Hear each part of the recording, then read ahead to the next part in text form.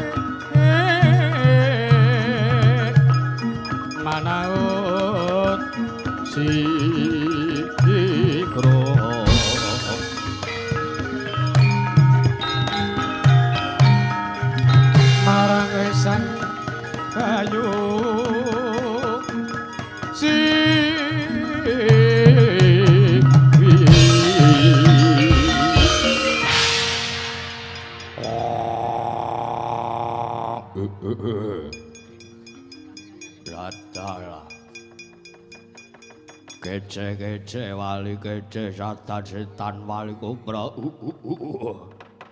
bujleng iblis lanat padha jek-jekan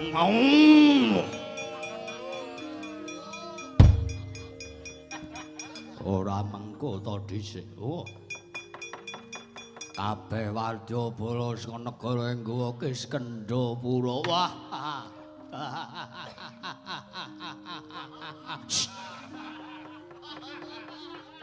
Ora ya dong dawuh Gusti Pati. Ya astagfirullah. Paduka Gusti Pati lembu sura ngawe ngati katu menggungan kula nyadong dawuh.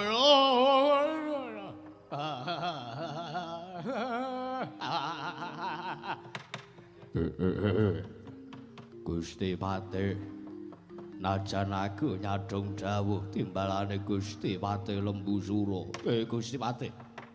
Nadan ngati katu menggungan kula nyadong dawuh timbalan paduka Gusti Pati lembu sura. Semanten ugi kula nyadong dawuh. Nyadong dawuh timbalanipun Gusti Pati lembu sura ing Guwa Kiskendhapura.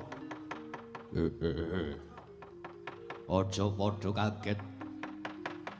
Kena ngapa lan apa kang dadi darunane.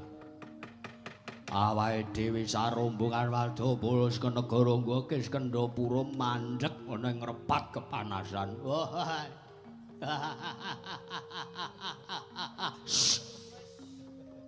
Wong guyu ora oleh. Dasare kula niki guyu-guyunan. Saja ora krungu tekan mburi iki aku lho.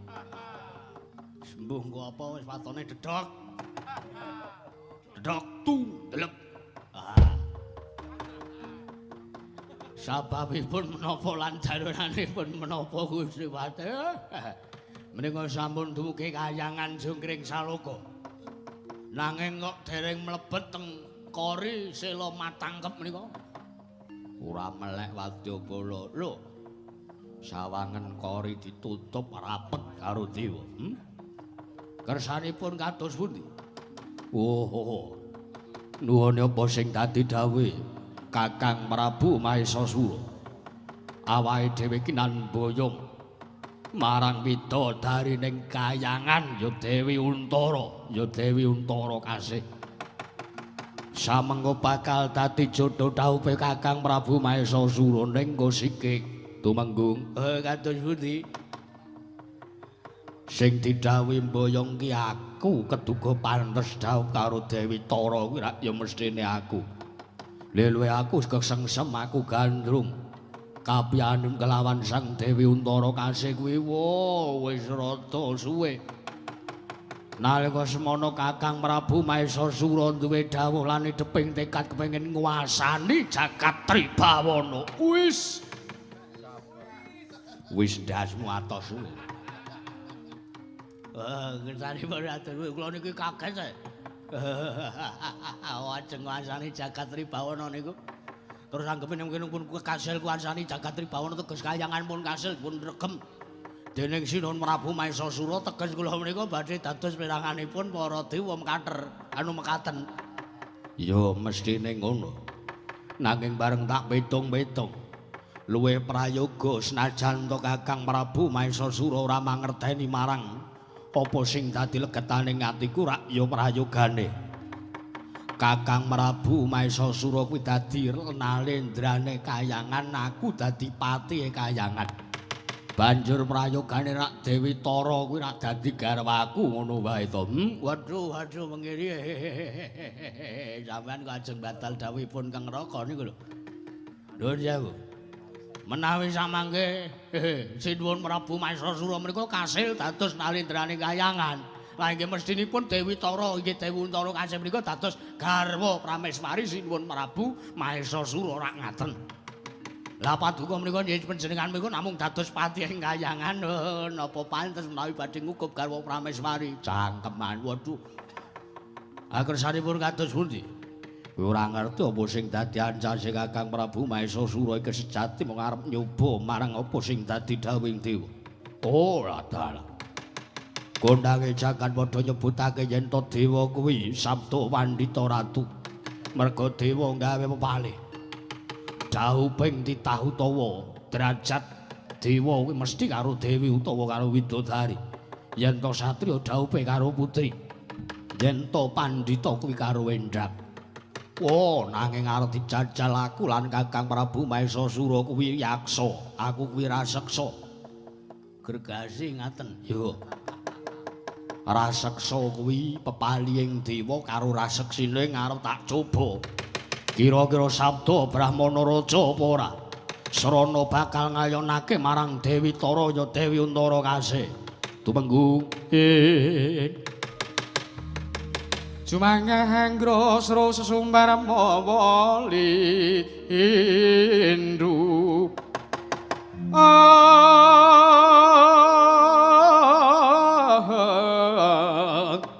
mawa lindhu bumi kuncing omah luduk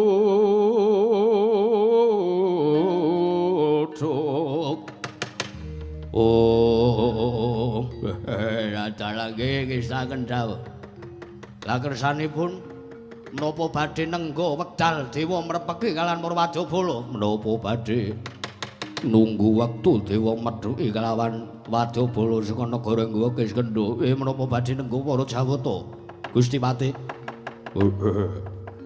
ora ketang sambung obor cala lintang tumuli budhal dina iki kori sela matanggep didodhok dewa ora keduga menehake maringake Dewi Untara kasih oh kekirek Suralaya ngisaken dawuh bidhalan napa mboten penawaran promo menika bidhalan napa mboten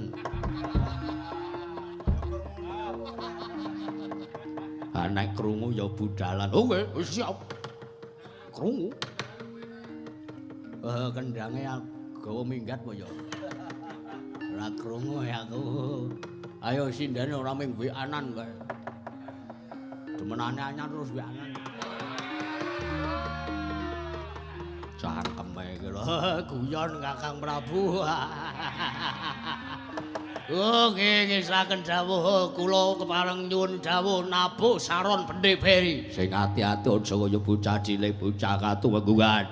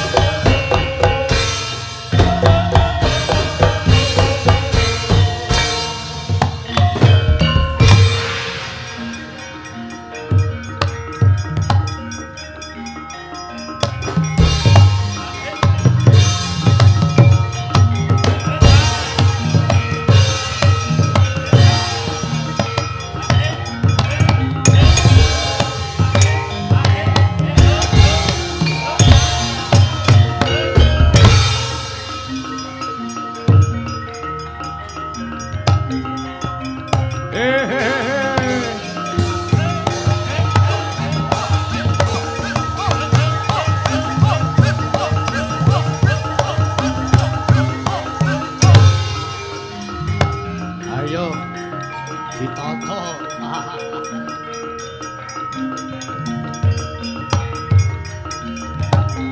Bose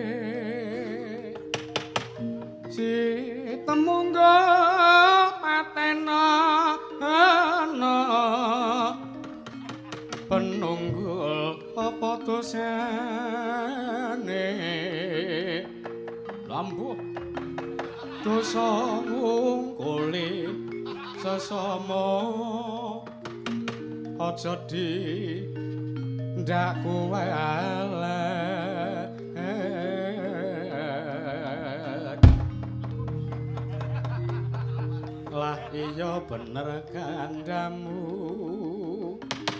lali sumber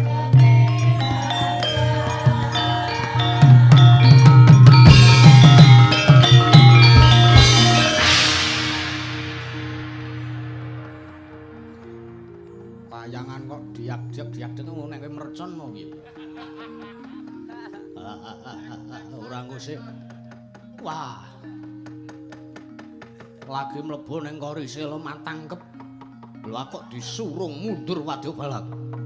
sajake ora dikeparengake mlebu ning wewengkon kahyangan.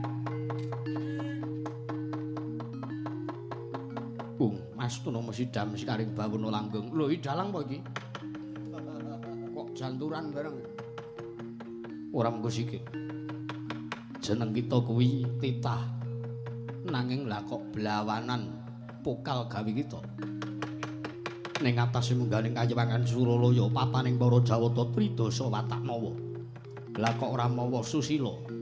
Ninggal marang unggah-ungguh. Ora idep arek. Anggepe apa? Anane aku Prapta mrene iki nderekke marang ratu Gustiku. Ya kuwi Gusti Patih Lembu Sura. Ingkang keduka dadi drutaning Sinuwun Prabu Maesasura Ratu nggawa Kiskendhapura. Ora kok iki. Iki sapa iki? Pejabat nganggo klambi ijo wernane. Ngaku kowe sapa kowe? Lho. Ulun iki dewa lah kok jeneng kita kuwi orang basa kelawan panjenengan ulun. Alah. Basa gelut ora basa ya kelakon guntukan kowe kok. Arep ngopo basa bareng ngopo tata krama karo kowe? Pancen diniati anane Wadyabala saka negara nggawa Kiskendhapura tekan kayangan iki arep gawe kisruh. Merga mesti wae dewa ora bakal masrahke sarta dewa ora bakal keduga maringake widodari kayangan. Kengaran Dewi Tara, ya Dewi Untara kasih. Ayo. Nek janji kowe menehke aku ora arep sida kisruh ning kene. Oh, kowe Bathara Indra to kowe. Ha, arang-arang mangkat. Dewa arang-arang mangkat. Arang-arang mangkat njaluk bayar gedhe kowe. Asungkara Sidam sekaring bawula langgeng ya ulun Bathara Indra Jawata ing kayangan Indraluka. Wis reti. Reti, Indraluka, rongkop, to. Kayangan Indraluka. Kita kuwi sapa? Wadyabala saka negara nggawa Kiskendhapura. Kita kuwi sapa? Ya. Kowe sudi mestani karo aku, takon marang aku iki Wadyabalane Prabu Maesasura. Tumenggung jajar weningal. Tumenggung jajar weningal dasar Keparayata. Wila menungso mbuya tatanan. Arep ngejak apa karo para dewa. Ngerti yo, anane jeneng kita Kisruh. Ana ing kayangan iki sayekti wis dadi perembugan nalikane ngrepat agung ana ing Bale Martikundha. Merga anane kayangan Ketaman Dahur iki merga sangka Ratu Gustimu Prabu Maesasura. Ingkang duweni kegajewan ngluwihi marang kabisane pancen bakal diteter sarta bakal dijajal. Kanan sing kaya mangene pancen dijarak karo Sinuwun Prabu Maesasura. Arep pecah sirahmu piye? Wo, lah dewa keparat. Dewa ora adil karo titahe ora minggat saka ngarepan wong awak. Dublak tungkat cangkemmu kowe.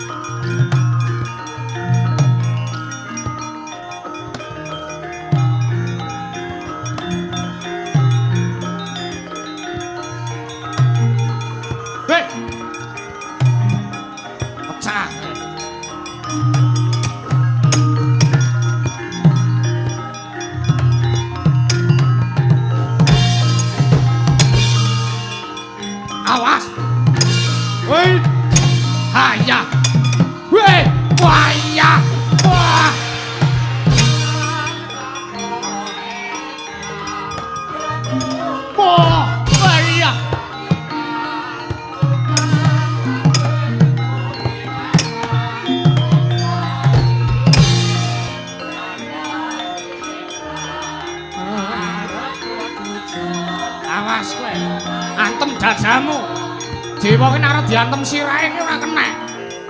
As. Iya. Tiba.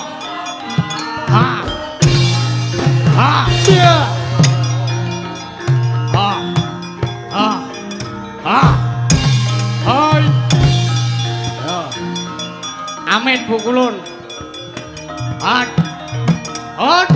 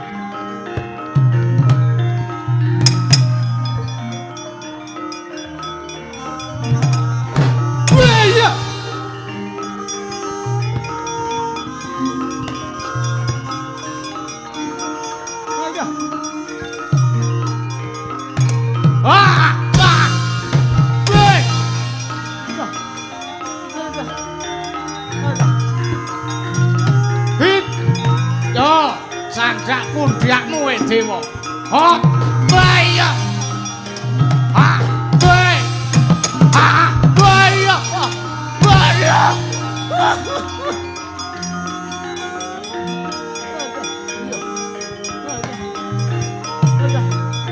Ha. Jar kowe. Ayo, wih, sok minggat. Ah, ya. Baya.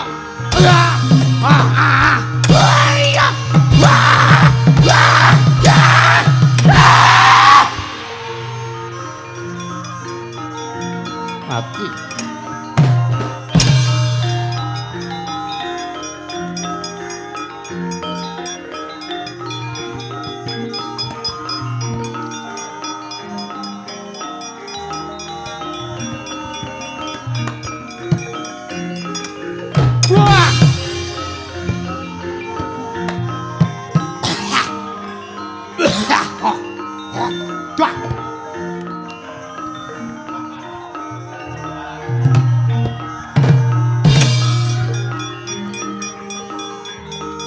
Arum arum ngolake sekareng awas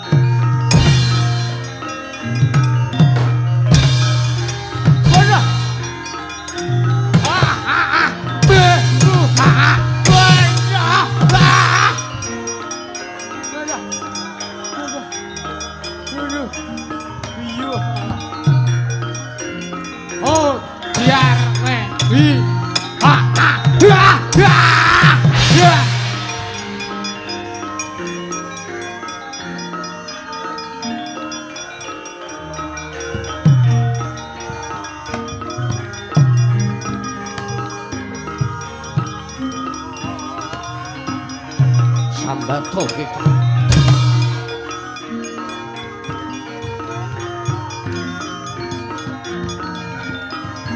Wah. Aduh. Wah. Atas senane tandange dewa iki. Aduh.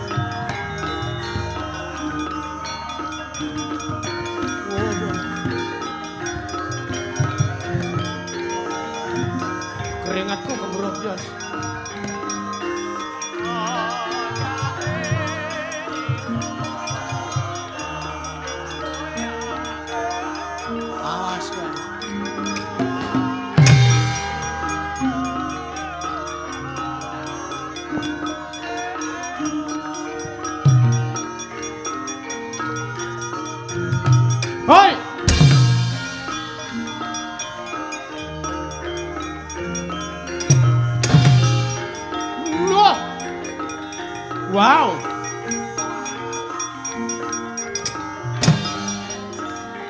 Wow. Woi, yo. Ah! Ayo. Aduh. Awas kowe. Hold kowe. Haya. Oh, ya. Cekya. Oh, ya. Biar kowe. Hit.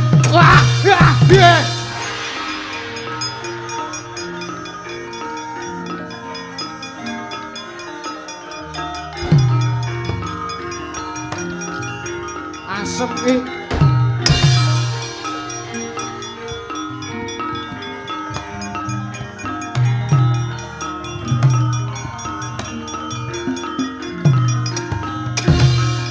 Hot. Hey.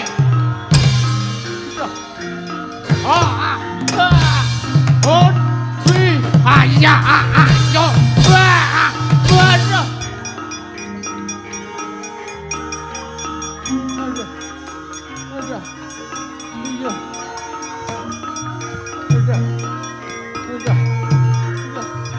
Hit. Hot. Awas.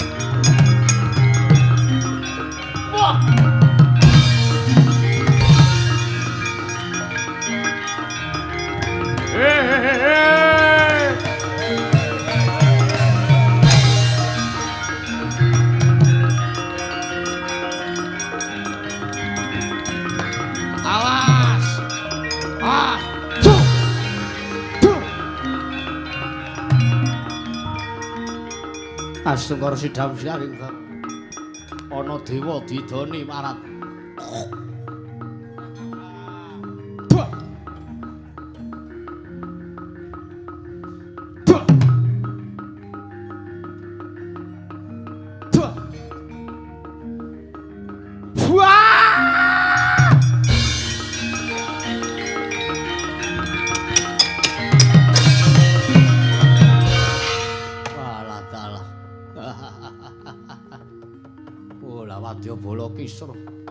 Usruk tenan tandang gawene.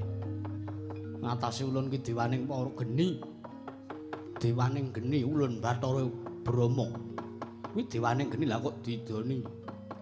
Ya tak idoni genting mawa idu geni paran. Anggep apa ayo. Walah Wadyabala saka negara Ngokis Kendhapura lah kok ngawut-awut kayangan paku jamur dinggo kekirik wae lah trajang kabeh mundur barisan omah.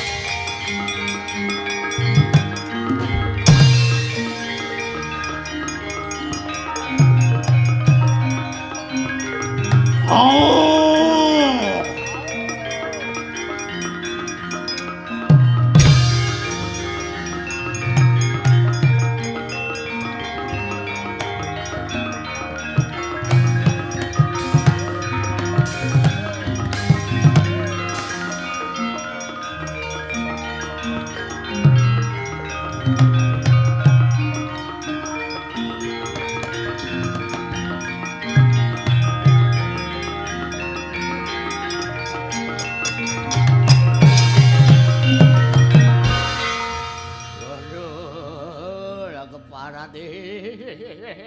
oh, tak pikir ki duku ki wis sampun nek ning negaraku kono. Oh lah, tekan kayangan kok ming klekus mak teplik ki. Adalah kewirangan kula Gusti Patih. Waduh, aduh. Nek teng omah niku widu kula ampuh punan. Musuh kula niku nganti kelenger kecek-kecek tukap-tukap lah teng kayangan kula idoni diwani kecu. Ora ngepet. Lunyu mau ngeblas.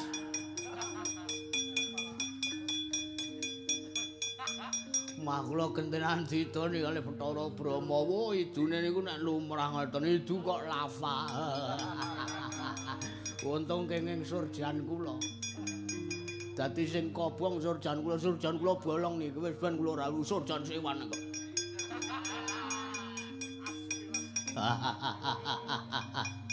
Mundur kowe nggih.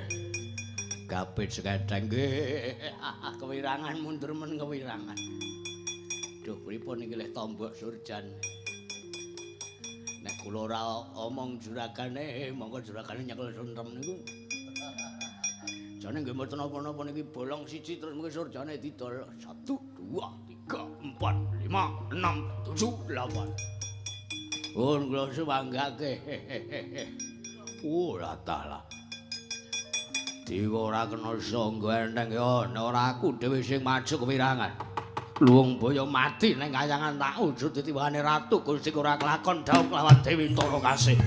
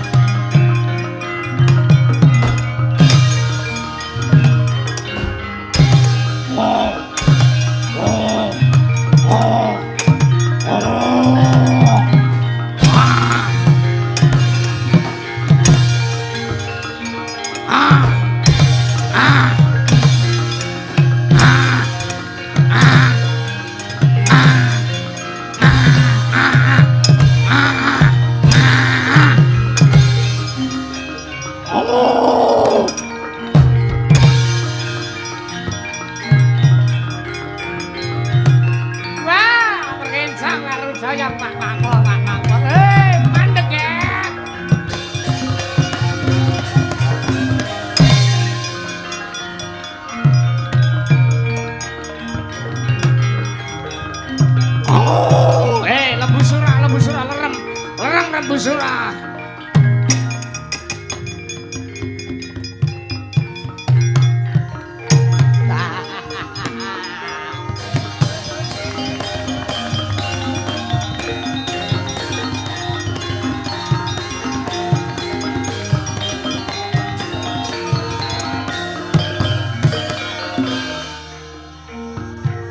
Nek urung diretke Kalanjana ki sak kamu.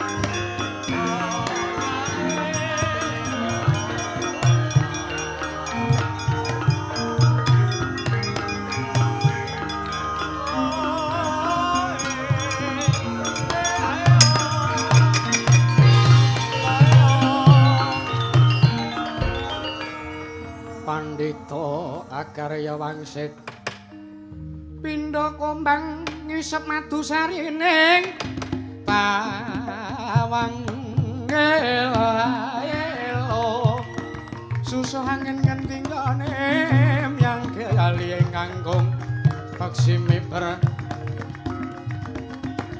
golek ana tapak ing kontol nglayang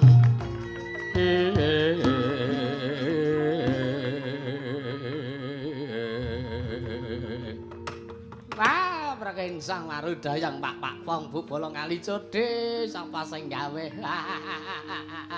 mbok nyamuk to dhisik nger Lembu Sura ora apa bocah iki nek rong diritke Kalanjana pancen iso meneng pancen ora urung dikambar urung diritke Kalanjana wis braoke ra jamak-jamak mangka irunge iki ya wis dicangak kaya mboya manut. Nyuwun pangapunten nyadong duka ingkang athah pukulun ya. Syukur yen ta jeneng kita bisa mepermubal babaling kanemson. Pancen nalika jeneng ulun ngrangkul marang wayaning kita Lembu Sura kuwi pancen ulun japani ngono. Ati kita kuwi ulun kendhaleni, ulun siram mawi tirtaning kesabaran. Iya. Oh, nyuwun dawuhipun para dewa.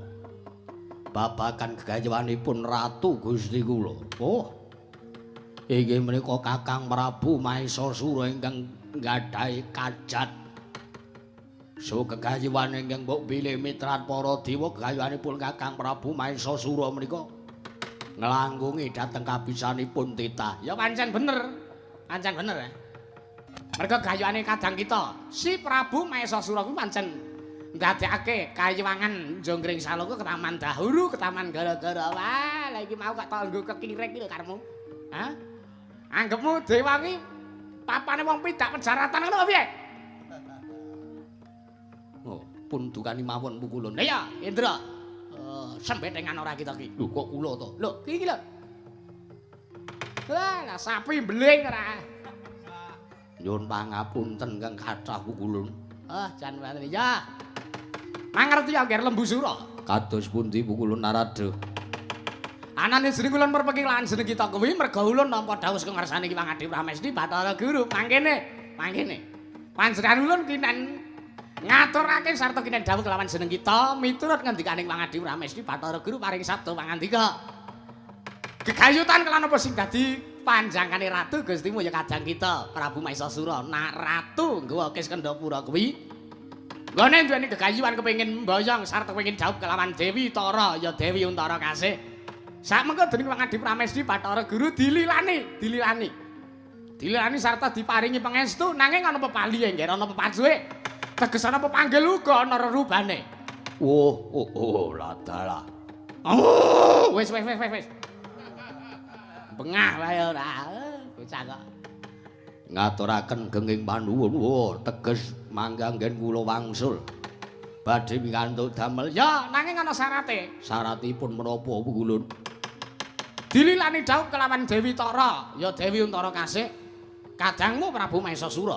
Nanging kudu ngenteni ya kuwi dina ingkang wis dipesthekke dening Adi Pramesti Bathara Guru. Inggih. Ya kuwi dina Selasa Kliwat. Sasine Jumadi Lawas, taune taun dal. Ngono ya, Nger. Oh, wis. Wajan Indra, Wonten dawuh. ngarita, Nger. Ana dewa kok kon ngarit mriki. Mbuya kajen wa pukulun jane Mekaten pukulun ya. ora tasih dangu. Gelem mboya gelem kudu ngenteni. Dina ingkang wis dipesthekke dening Adi Pramesti Bathara Guru ya kuwi dina Selasa Kliwat. Sasine Jumadi Lawas, sak taune taun dal. Ngono ya Nger Lembu Sura. Iya, ngestaken dawuh. Oh, malah daya-daya kula nyuwun pamit. Prastawa dawuh paduka Ewang Mikul Narada badhe kula aturaken Kakang Prabu Maesasura. Weh. Rebeki ra. Ya sing ati-ati ya Nger Lembu Sura ulun pangestani. Aja kaya bocah cilik. Iya, pukulun.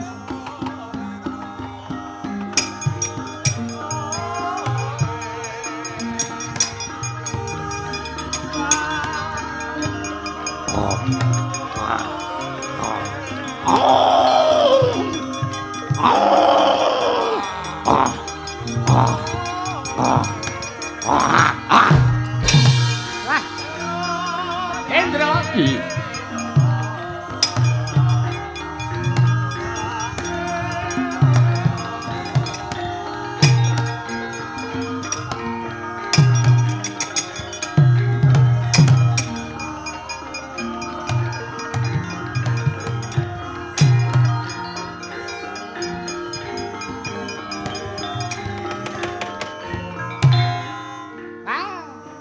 Perkensang laru doyong Pak Bong.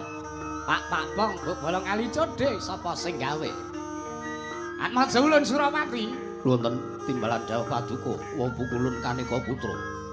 Mangerti ya, Nger? Iya. Ulun dawuh kelawan jeneng kita. Sapungkuring panjenengan ulun nyendikane apa kang dadi dawuh Iwang Adi Pramesti Bathara Guru. Ngurun jago wiring kuning duta. Jagoning dewa, ya jagoning Kayuwangan. Kinarya mbengkas retu ingkang mapan ing Kayuwangan Suralaya iki. Pengawak Prabu Maesasura lan Patih Lembu Sura kae. Ulun ki nen ngumadi sarta ki nen merpeki uga dawuh. Kelawan ya kuwi wayah ulun kenagian. Ana ing pertapan Sanya Prengga, ya kuwi Resi Subali kelawan Raden Guwarsi ya Sugriwa. Mekaten wa pukulun ya. Lan sing sak pengger paduka kepareng badhe dawuh punapi dhateng sampun keputra pun Suropati. Wanti-wanti ulun ya, Nger. Gandeng Patih Lembu Sura sawadya balane saka negara Gawa Kiskendhapura wis padha bali. Karisela matangkep tutupen ingkang rapet. Mekaten. Ya, Ih. Kepareng kula mangestu dawuh padha paduka Kanjeng wa pukulun Kaneka Putra. wis ngono wae. Ulun tak budal. Mudhun ing Madyapada ing petapan Sanya Pringga Nger Bathara Indra. Niraken tindak jengkar paduka wa pukulun Kaneka Putra. Ya.